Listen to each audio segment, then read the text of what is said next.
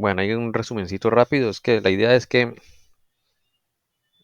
a Goethe, digámoslo así, en nuestra época prácticamente está pasando como desapercibido. O sea, en los colegios no lo enseñan, casi no se conoce, solamente por su famosa obra literaria, el Fausto. Pero en la época de Steiner, dice Steiner, que era muy citado en los trabajos científicos. Cualquier divulgador científico, investigador científico, siempre trataba de comparar su trabajo con algo que hizo Goethe, ¿no? O sea, era muy relevante en su época en la parte académica, ¿no?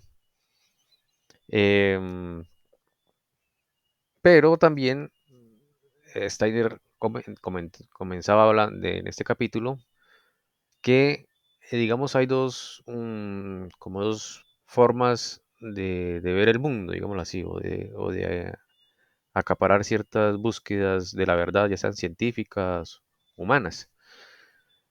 Y una es la filosofía, utilizando la filosofía, y la otra las ciencias, ¿no?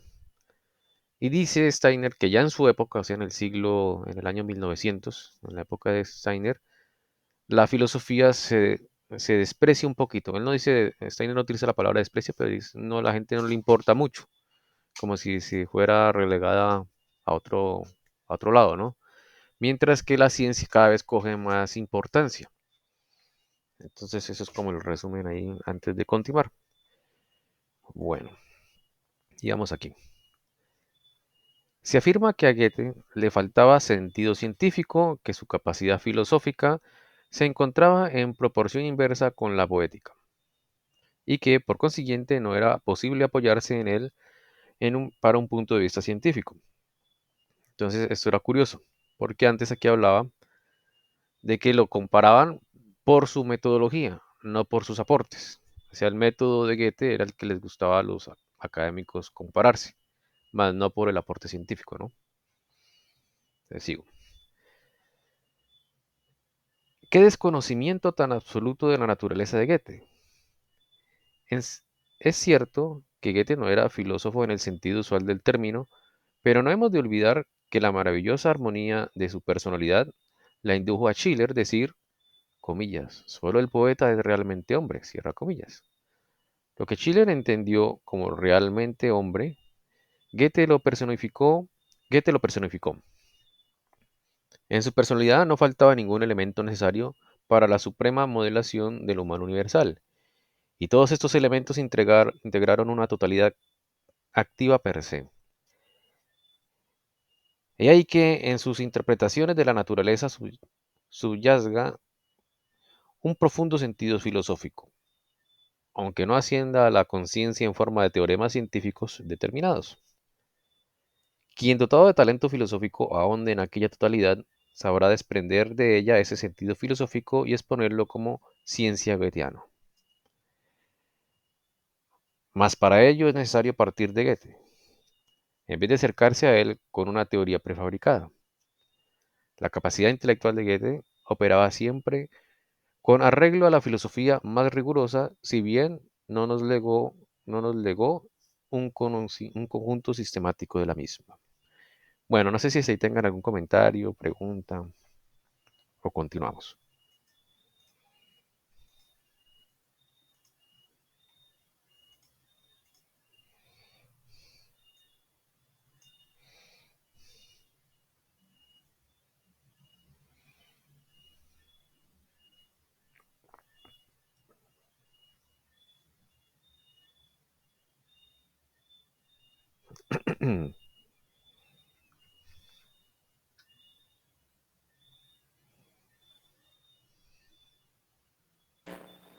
Yo creo que podemos seguir, Santi. Sí, creo que sigamos. Vale, continúo. La visión que Goethe tenía del mundo es la más omnilateral que imaginar se puede. Parte de un centro situado en la naturaleza íntegra del poeta y refleja en cada caso la faceta que corresponde a la naturaleza del objeto contemplado. La congruencia de las operaciones mentales de Goethe se halla garantizada por su personalidad. El tipo de cada operación particular lo determina el objeto respectivo. Goethe deduce del propio mundo exterior. El método inquisitivo que le es adecuado no le impone el suyo. En contraste, el pensar de muchas personas no puede moverse más que una sola manera. Sirve para una sola especie de objetos. No es de universalidad congruente como el goetheano, sino uniforme. Hablando con más precisión, existen personas cuyo intelecto se presta sobre todo para pensar en términos de dependencias y afectos puramente mecánicos. Se imaginan a todo el universo como un mecanismo. Otras tienen el ansia de percibir por doquiera el elemento misterioso o místico del mundo exterior y se convierten en partidarios del misticismo. Todo error, pues, tiene su origen en que se reclama validez universal para un modo de pensar que solo la tiene aplicado a determinada especie de objetos. Así es como se explica la discrepancia entre diversas concepciones del mundo. Ahora bien, si una de estas concepciones unilaterales se halla en presencia de la de Goethe, que es omniabarcante, puesto que deriva su método inquisitivo no de la mente del inquisidor, sino de la naturaleza de lo inquirido, se comprende que la primera se agarra de aquellos de entre los elementos conceptuales de ésta, que le sean connaturales.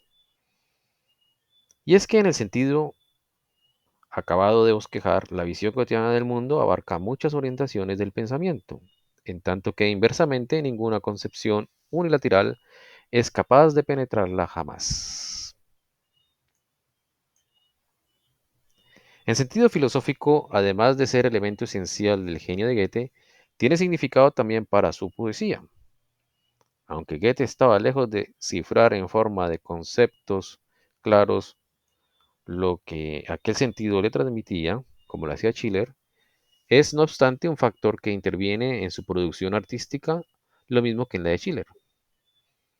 No son inimaginables la producción poética de uno y otro, sin la concepción del mundo que subyace en ellas, con la diferencia de que en el caso de Schiller importan sus máximas efectivamente formuladas, en tanto que en Goethe lo esencial es su modo de contemplar el mundo. El hecho de que los poetas más ilustres de nuestro pueblo, en la cumbre de su producción, no puedan prescindir del elemento filosófico, constituye la suprema garantía de la necesidad de ese elemento como miembro indispensable en la historia evolutiva de la humanidad. Precisamente, el acercamiento a Goethe y Schiller haría posible salvar la filosofía, ciencia fundamental, de su soledad de cátedra, para incorporarla a la integralidad de la cultura. Las convicciones científicas de nuestros clásicos se hallan vinculados por mil hilos a sus demás esfuerzos, corresponden a los requerimientos de la época cultural que las generó. Bueno, ahí acaba el primer capítulo. No sé si tengan algún comentario al respecto, inquietud, o continuamos con el segundo capítulo.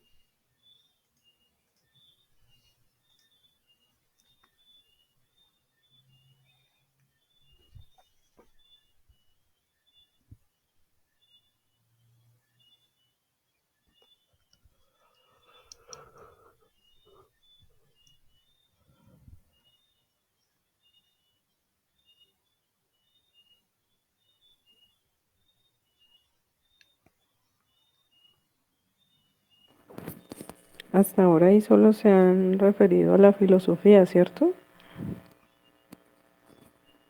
Sí, está hablando de que en esa época, no sé si ahora, pero en esa época en que Steiner da su conferencia, en el año 1900, los, los poetas, los literatos les gustaba utilizar en sus obras literarias la filosofía. Em, Mientras que para la ciencia no. Por eso Goethe era especial y por eso algunos lo, digamos, lo tildaban más de filósofo que de científico. Sin embargo, todos, sin excepción, admiraban el método científico de Goethe.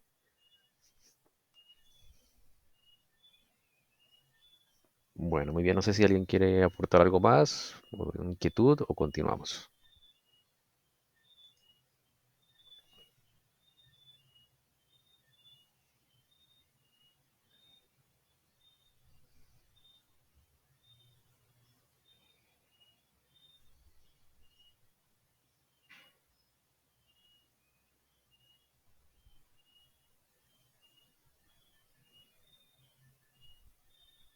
Sigamos. Vale, muy bien. Capítulo 2. La ciencia de Goethe según el método de Schiller.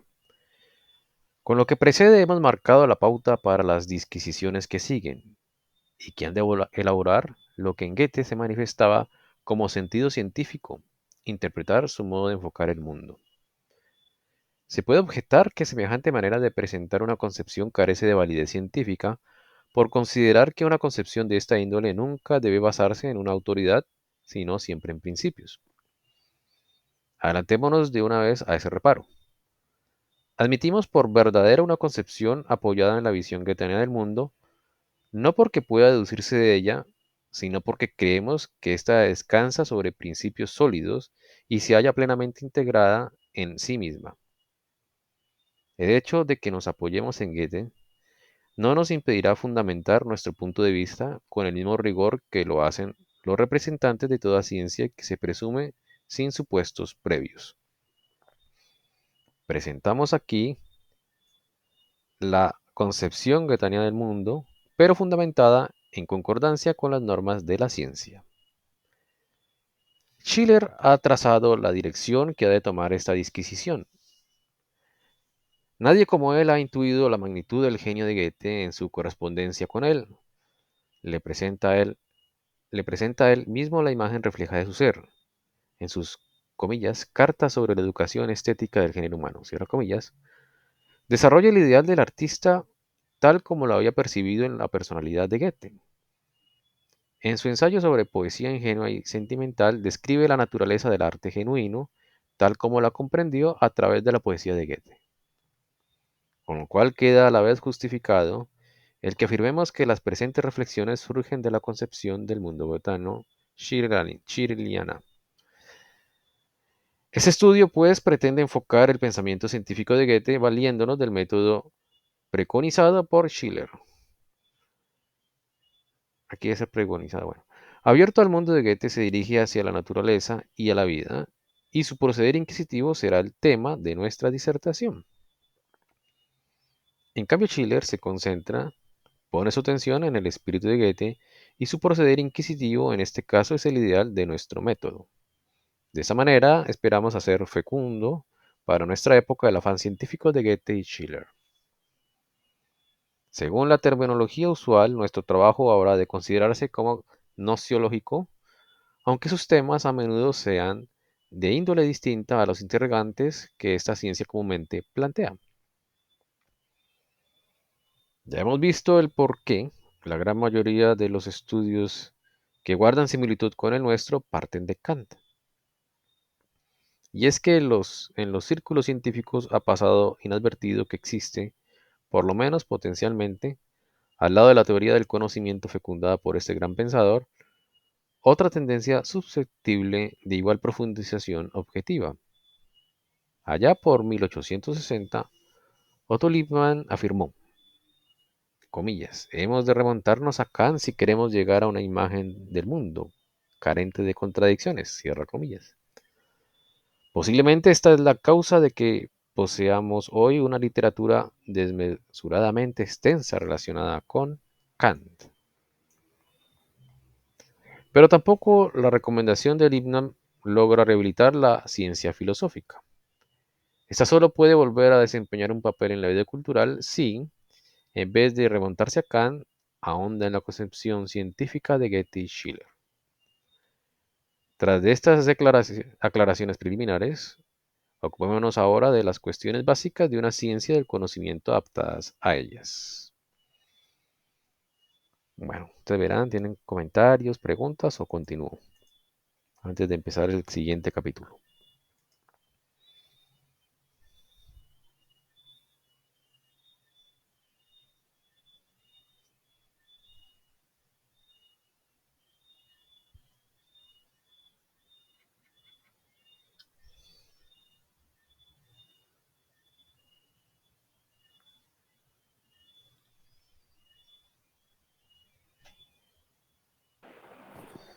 Sigamos. Vale, muy bien. Capítulo 3. La misión de la ciencia tal como aquí se concibe. De toda ciencia vale En último término, lo que Goethe sustenta con estas acertadas palabras, comillas, la teoría no sirve en sí misma para nada, solo sirve en cuanto nos lleva a creer que hay coherencia entre los fenómenos, cierra comillas. El fin de la ciencia es siempre tratar de buscar la relación que existe entre los hechos que la experiencia nos suministra aislados. En el mundo inorgánico percibimos separadamente causas y efectos y buscamos su correlación mediante las correspondientes disciplinas científicas. En el mundo orgánico percibimos los géneros y las especies de los organismos y nos empeñamos en determinar sus relaciones mutuas. Asimismo, en la historia, en presencia de determinadas épocas culturales, nos esforzamos en comprender cómo un escalón evolutivo depende del otro. De este modo, dentro de la citada afirmación de Goethe, cada ciencia abarca determinado campo fenómico, fenoménico. Toda ciencia específica tiene pues su esfera de dominio y busca en ella la interdependencia de los fenómenos. Pero este sistema científico no elimina el gran contraste entre, por una parte, el mundo de ideas conquistado por las ciencias y por otra, los objetos que a ellas corresponden. Esto implica la necesidad de una ciencia que llegue a tener el puente y aclare las relaciones mutuas entre unas y otros. Los mundos ideal y real, la antítesis entre idea y realidad, es el tema de esa ciencia, ya que también los contrastes deben comprenderse en su mutua conexión. Buscar esta conexión es el propósito de las reflexiones que siguen. Hemos de establecer el vínculo entre el hecho de la ciencia por una parte y la naturaleza y la historia por otra. ¿Cuál es el significado de la refracción del mundo exterior en la conciencia humana? ¿Cuál es la relación entre nuestro pensar sobre los objetos reales y estos objetos mismos? Bueno, allí acaba este capítulo. ¿Hay algún comentario, inquietud? Es importante que aquí participen, si no, este ciclo de conferencias se vuelve ladrillesco y no quiero que se vuelva esto así.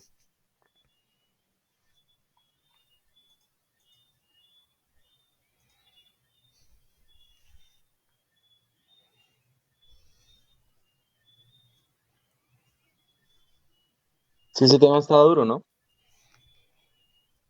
Sí, sí, sí, pero hay que tratar de, digamos, estudiarlo, desenredarlo, para que lo que viene a anunciar más adelante sea entendible, que es lo principal.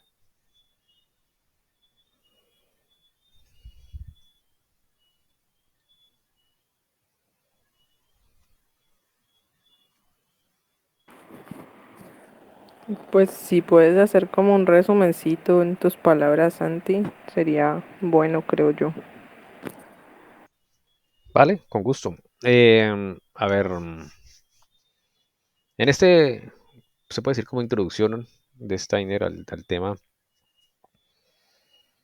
quiere mostrar que actualmente nuestra ciencia carece de algo importantísimo.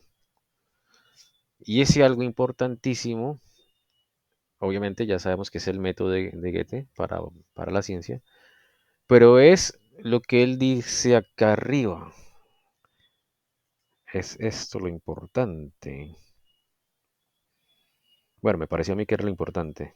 De pronto hay algo más importante, pero desde mi punto de vista, lo importante es mm,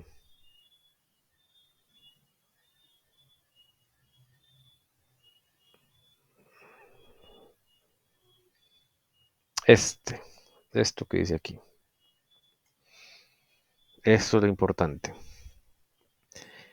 Voy a leerlo. Dice, el fin de la ciencia es siempre tratar de buscar la relación que existe entre los hechos que la experiencia nos suministra aisladas. Y dice Steiner más abajito, espera,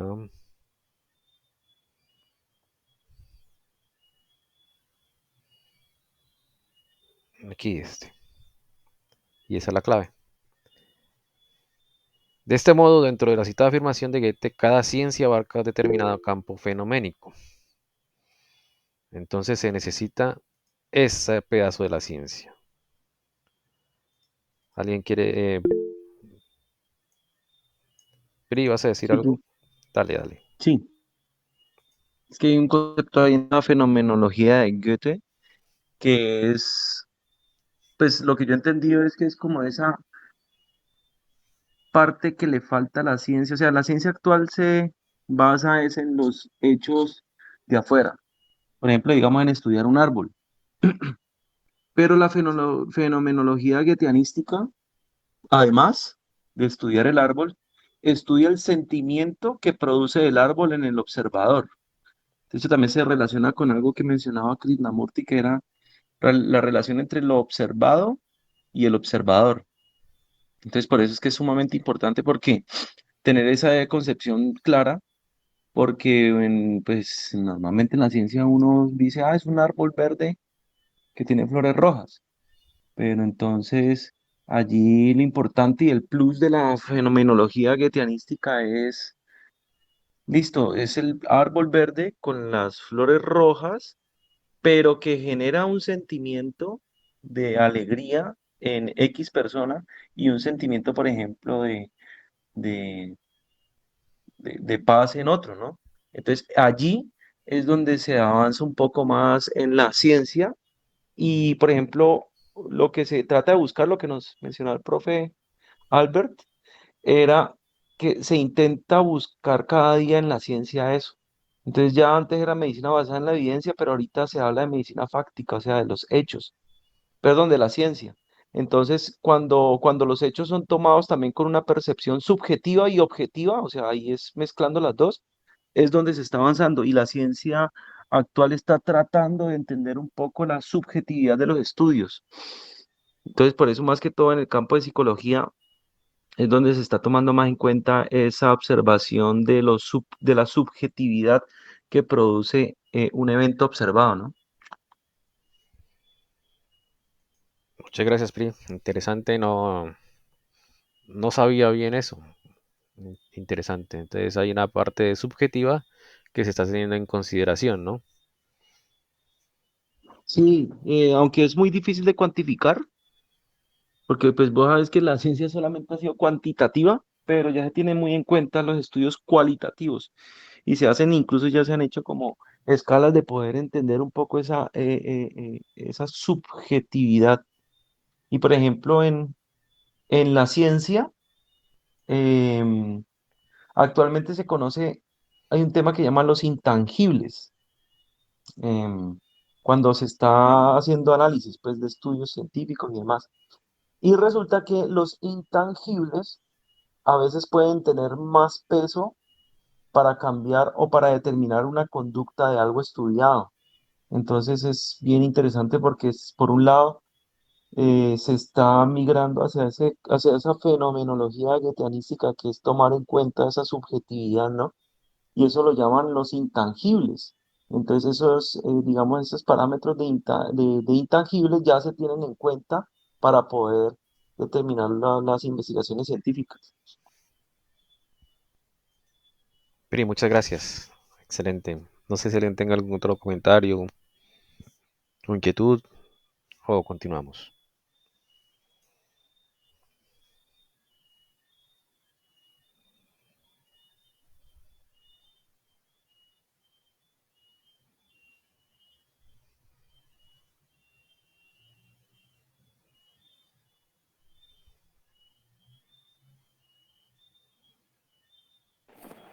Continuemos, Santi.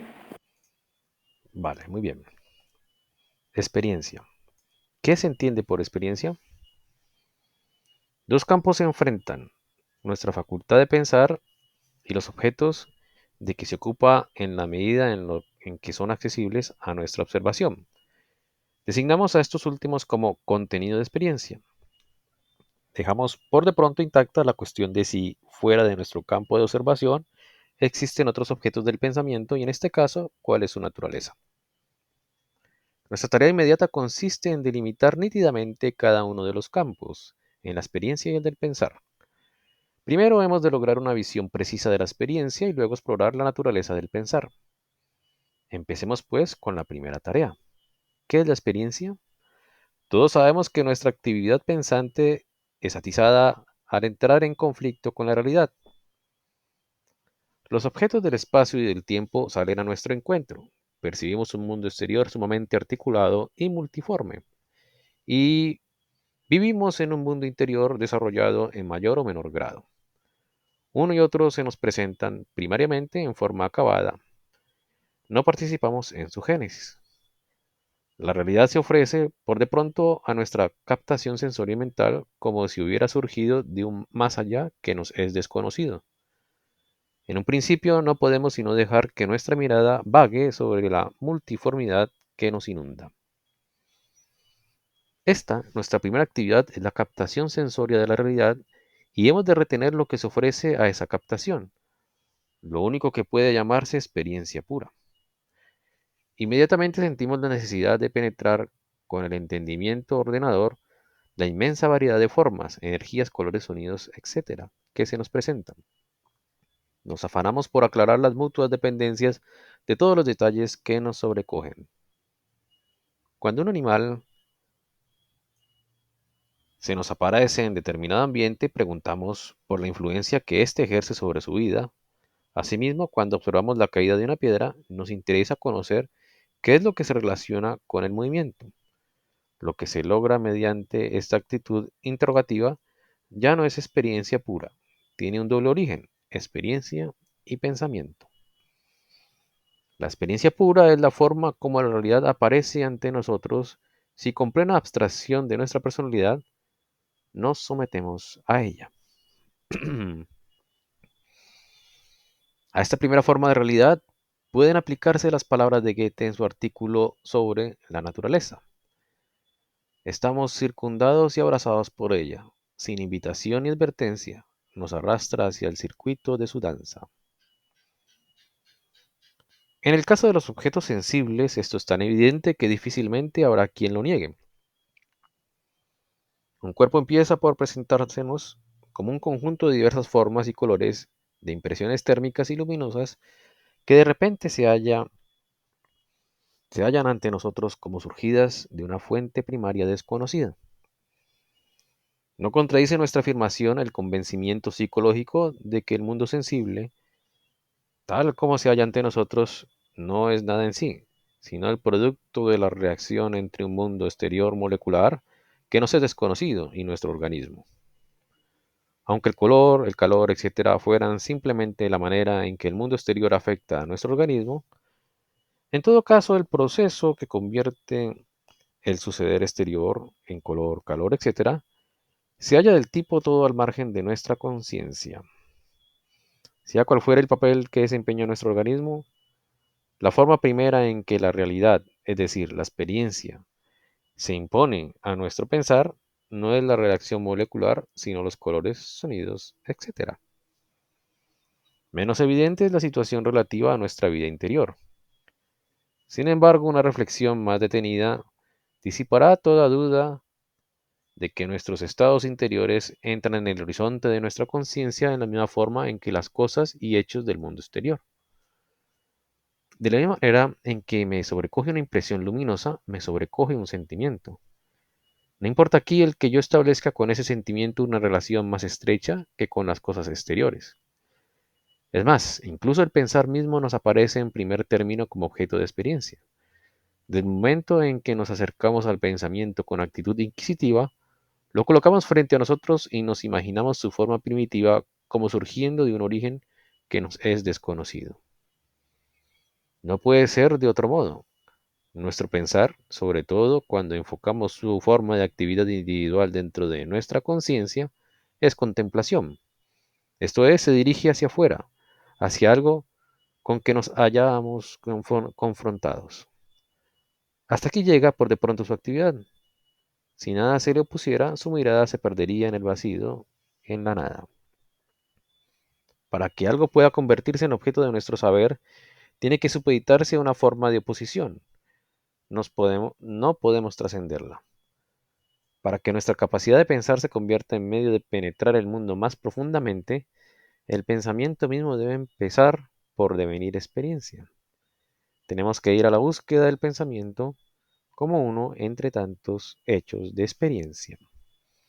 Bueno, hasta ahí tienen algún comentario, pregunta, inquietud o continúo.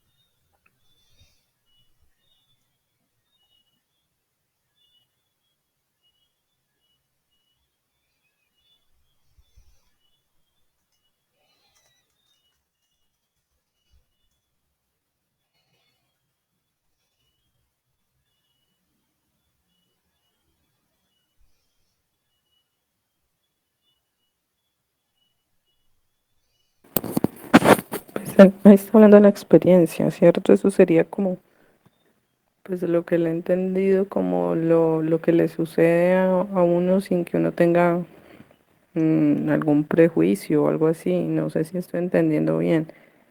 Y después con eso es que uno tendría que buscar los pensamientos. No sé si me enredé, Santi.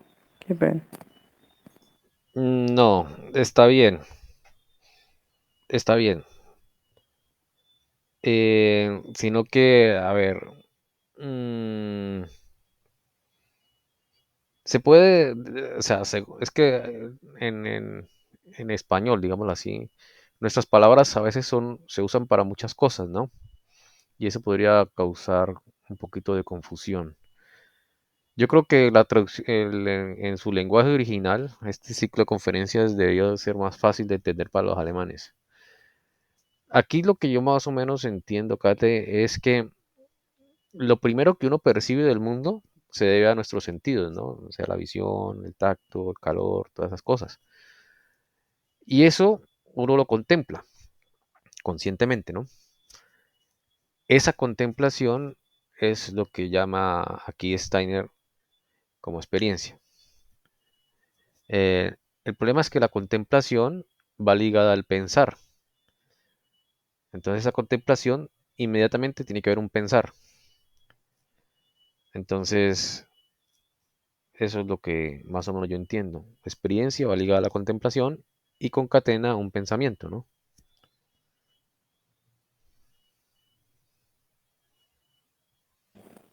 Listo, Santi, gracias. Ok, muy bien. No sé si alguien quiere decir algo más al respecto o continuamos.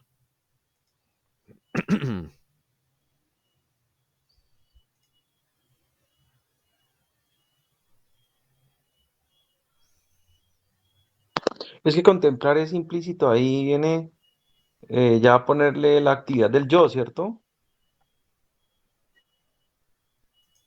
Sí, sí, sí, exactamente. Cuando digamos, aquí Steiner usa la palabra contemplación ligado a nuestra conciencia. La palabra contemplación humanamente va ligado a eso. El problema es que a veces se utiliza contemplar para otras cosas, como si fuera sinónimo de estar observando, mirando solamente. Pero contemplar va un poquito más allá. Incluso para poderlo entender bien, yo creo que hay que suponer que en nuestro lenguaje español o colombiano, contemplar tiene que haber un elemento humano detrás. O sea, uno no puede decir que el pajarito está contemplando a otro animal porque no nos confundiríamos. En este caso tiene que haber un yo, como tú dices, Pri. Correcto, así es.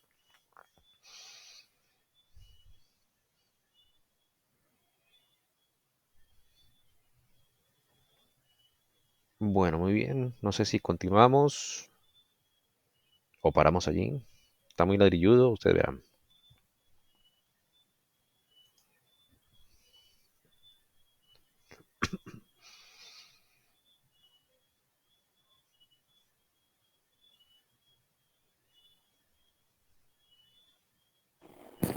Ladrillo Steiner, ¿cuándo?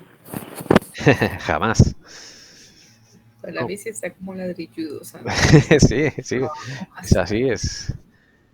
Eso, Sí, ese sí, hito. sí, sí, sí. Eso tiene alguna ventaja que sea ladrilludo, porque uno se tiene que esforzar en entenderlo. Puede Entonces, haber más contemplación. exactamente. Y lo obliga a uno a pelear interiormente, por supuesto, contra el facilismo. Porque uno está acostumbrado a videos de YouTube que se le dejan facilito, que le explican todo fácil, o libros facilistas. Pero cuando son temas exigentes, lo correcto es reflexionar y pensar, meditar. Entonces, eso es lo bueno de Steiner. Que sea ladrilludo significa que tenemos que reflexionarlo, releerlo, volverlo a releer y releerlo por una cuarta vez. Es la forma. Mm, bueno, no sé si alguien quiere decir algo más o damos por terminada la sesión de hoy.